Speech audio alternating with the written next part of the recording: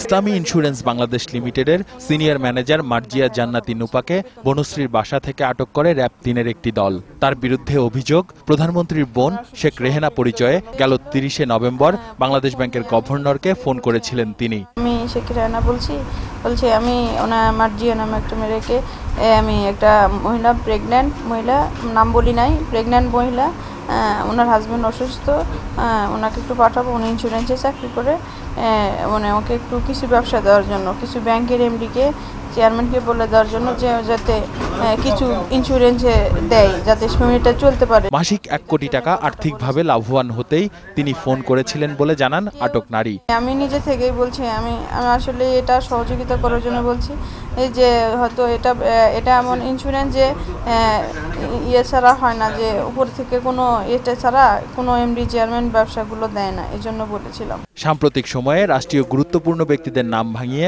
বিভিন্ন স্থানে ফোন করে আর্থিক লাভবান হতে একটি প্রতারক চক্র গড়ে উঠেছে বলে জানান র‍্যাব ৩-এর অধিনায়ক। রাষ্ট্রীয় উচ্চপদস্থ কর্মকর্তা বা বিশিষ্ট ব্যক্তিদের ফোন দিয়ে,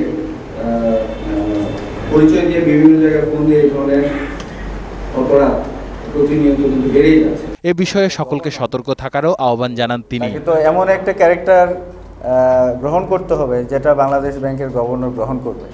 আসিফ সুমিত, ২১শে টেলিভিশন, ঢাকা।